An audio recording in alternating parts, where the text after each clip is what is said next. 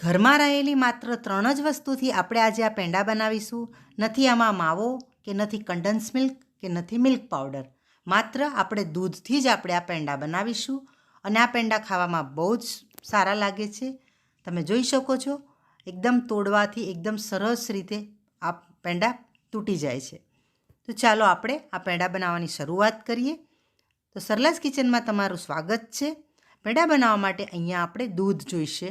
તો અહીંયા પહેલું તો અહીંયા આગળ 1/2 લીટર જેટલું મેં દૂધ લીધું છે અને આ દૂધને આપણે પેનમાં ઉમેરી દઈશું અને પછી એને સરસ રીતે ગરમ કરી લેવાનું છે. આ દૂધમાં મેં ખાંડ બિલકુલ નથી ઉમેરી અને આ દૂધ ગરમ કર્યા વગરનું કાચું દૂધ જ છે, જે આપણે પેકેટમાં આવે છે એ પેકેટ જ તોડ્યું છે મેં. તો આ દૂધ મેં 1/2 લીટર જેટલું દૂધ લીધું છે અને સરસ રીતે આને આપણે હલાવતા રહેવાનું છે. સાઈડ ઉપર જે કોઈ મલાઈ જે જામશે એ મલાઈને આપણે ભેગી કરી અને દૂધમાં આપણે ઉમેરતા જવાનું છે. તમે જોઈ શકો છો હું જેવી રીતના કરી રહી છું એવી જ રીતના આપણે સરસ રીતે અને આને બહુ જ હાઈ ફ્લેમ રાખવાની નથી, મીડિયમ આંચ પર જ આપણે થવા દેવાનું છે. આ દૂધને આપણે હલાવતા રહીશું અને દૂધ અહીંયા મીડિયમ આંચ પર ત્યાં સુધી ઉકળે ત્યાં સુધી આપણે બીજી પ્રોસેસ એક બાજુ આપણે ચાલુ કરી દઈએ. બીજી પ્રોસેસમાં આપણે શું કરીશું, અહીંયા આગળ 1/2 કપ જેટલા મેં કાજુ લીધા છે. તમારી પાસે કાજુ ના હોય અને જો નારિયેળનો પાવડર હોય સૂકા નારિયેળનો તે પણ લઈ શકો છો. તો અહીંયા કાજુને આપણે પીસી લઈશું. કાજુ સરસ રીતે અહીંયા પીસાઈ ગયા છે. અહીંયા આગળ મેં 2 પેકેટ દૂધનું મેં અહીંયા આગળ પનીર ફાડીને રાખ્યું હતું. તો એ પનીર આપણે એની અંદર લઈશું. 2 પેકેટ દૂધમાં આપણે દૂધ ગરમ થાય અને એની અંદર લીંબુ નીચોવી અને પછી આપણે દૂધને ફાડી નાખવાનું એટલે અહીંયા પનીર બની જાય. તો કાજુ અને પનીર સરસ રીતે આપણે એને મિક્સરમાં મિક્સ કરી લઈએ. કાજુ અને પનીરનું મિક્સર સરસ રીતે અહીંયા આગળ મિક્સ થઈ ગયું છે. હવે એને સાઈડ પર મૂકી અને દૂધ તરફ જઈશું. દૂધ પણ અહીંયા આગળ બહુ સરસ રીતે અહીંયા આગળ ઉકળી ગયું છે, જાડું પણ થઈ ગયું છે. જે આપણે 2 થી 2.5 કપ જેટલું દૂધ હતું એની જગ્યાએ આપણે અહીંયા આગળ એક કપથી ઉપર થોડુંક દૂધ થઈ ગયું છે અને એકદમ ઘટ્ટ થઈ ગયું છે. તમે જોઈ શકો છો આની અંદર આપણે મિલ્ક પાવડર કે માવો કશું ઉમેર્યું નથી અને સરસ રીતે આપણું દૂધ અહીંયા થઈ ગયું છે. હવે આ સ્ટેજ પર આપણે આની અંદર મીઠું બનાવવા માટે ખાંડ ઉમેરીશું. અહીંયા 1/3 કપ જેટલી હું ખાંડ ઉમેરી છું. બહુ ગળ્યા પેંડા નથી બનાવતી. જો તમારે આની અંદર મીઠાશ જેટલી જોઈએ એટલી તમે ઉમેરી શકો છો. ખાંડની જગ્યાએ તમારે ગોળનો પાવડર એટલે જાગીરી પાવડર જે બહાર મળે છે એ પણ તમે લઈ શકો છો. પણ દૂધ ઠંડુ થયા પછી જાગીરી પાવડર ઉમેરવાનો. ખાંડ આની અંદર આપણે ઉમેરી એ ગરમ દૂધમાં ઉમેરી છે. સરસ રીતે ખાંડને આપણે ઓગળવા દેવાની છે. ખાંડ આપણી અહીંયા આગળ ઓગળીને તૈયાર થઈ ગઈ છે. તો હવે આની અંદર આપણે આ જે પનીર અને કાજુનું મિક્સર આપણે બનાવ્યું હતું એ આની અંદર આપણે ઉમેરી દઈએ અને ગેસની ફ્લેમ આપણે બંધ કરી દેવાની છે. આ ઉમેર્યા પછી આપણે સરસ રીતે આપણે સ્પેક્ચ્યુલાથી થોડું પ્રેસ કરી અને એકદમ મિક્સ કરી લેવાનું છે, જેથી કરીને વધારે ગાંઠા આની અંદર રહે નહીં. અને આપણે અહીંયા ગેસની ફ્લેમ બંધ જ રાખી છે. એની ઉપર આપણે આ થોડું મિક્સ કરવાનું છે અને હલાવતા જવાનું છે. સરસ રીતે આ મિક્સ થઈ ગયું છે, તમે જોઈ શકો છો. હવે આપણે ગેસની ફ્લેમ ચાલુ કરી દઈએ અને ગેસની ફ્લેમ ચાલુ કરી અને પછી આને સતત હલાવતા રહેવાનું છે, કેમ કે આની અંદર પનીર છે અને કાજુ છે.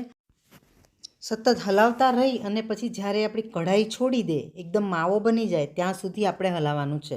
અત્યારે તમે જોઈ શકો છો થોડું લિક્વિડ છે, એકદમ માવો બની જશે અને કઢાઈ છોડશે ત્યાં સુધી. અને આને થતાં ઓછામાં ઓછી 4 થી 5 મિનિટ જેવું લાગે છે. એટલે આપણે સરસ રીતે એને આપણે મિક્સ કરી લઈએ અને કરતા જઈએ. તમે જોઈ શકો થોડું ઘટ્ટ થવા લાગ્યું છે. હજી પણ થોડીક વાર આપણે થવા દઈશું. તમે જોઈ શકો છો સરસ રીતે થોડું ઘટ્ટ થઈ ગયું છે. હવે આની અંદર આપણે ફ્લેવર માટે ઇલાયચીનો પાવડર લઈશું. તે 1 ટીસ્પૂન જેટલો ઇલાયચીનો પાવડર છે એ ઉમેરી દઈએ અને એ ઉમેર્યા પછી સરસ રીતે એને મિક્સ થવા દેવાનું છે. ફ્લેવર સરસ અંદર બેસી જાય.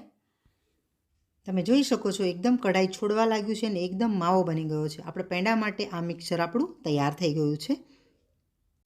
હવે આને થોડું સ્મૂથ બનાવવા માટે 1/2 ટીસ્પૂન જેટલું જ આપણે અહીંયા આગળ ઘી ઉમેરીશું. એ ઓપ્શનલ છે, તમારે ઉમેરવું હોય તો ઉમેરવાનું, નહીં તો પણ સ્કીપ કરી શકો છો. તો આપણે આ સરસ રીતે એકદમ માવા જેવું થઈ ગયું છે. હવે આ સ્ટેજ ઉપર આપણે ઘી ઉમેરી દઈએ. અડધી ટીસ્પૂન જેટલું, વધારે નથી ઉમેરવાનું આપણે અહીંયા આગળ. અને પછી મિક્સ કરી લઈએ. મિક્સ કરી અને પછી આપણે એને એક વાસણમાં કાઢી લેવાનું છે. હવે એને એક વાસણમાં એને કાઢી લઈશું અને એને બહાર જ રાખવાનું છે. રૂમ ટેમ્પરેચર પર આવે ત્યાં સુધી એને ઠંડુ થવા દેવાનું છે. તો હવે આ મિક્સર સરસ રીતે ઠંડુ થઈ ગયું છે. હવે એને સરસ થોડુંક મસળી લઈશું. એકદમ સ્મૂથ ટેક્સચર આપણે કરી દઈશું અને પછી હવે એમાંથી આપણે પેંડા વાળી લઈશું. એકદમ ગોળ પેંડા હું વાળી રહી છું. તમે ચાહો તો કોઈ પણ શેપમાં પણ પેંડા કરી શકો છો. આની જગ્યાએ તમે ઠારી અને તમે પીસીસ પણ કરી શકો છો, પણ પેંડા સરસ લાગે છે આમાં. તો આવી જ રીતના આપણે બધા પેંડા વાળી લઈશું.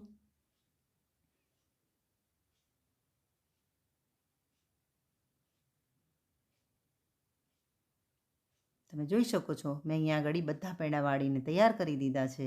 હવે આની ઉપર આપણે ચારોળીથી ગાર્નિશ કરીશું. વચ્ચે એક ચારોળી મૂકી અને થોડું પ્રેસ કરી દેવાનું, એટલે પેંડાનો શેપ સરસ આવી જશે. આંગળીથી સરસ પ્રેસ કરી દેવાનું છે.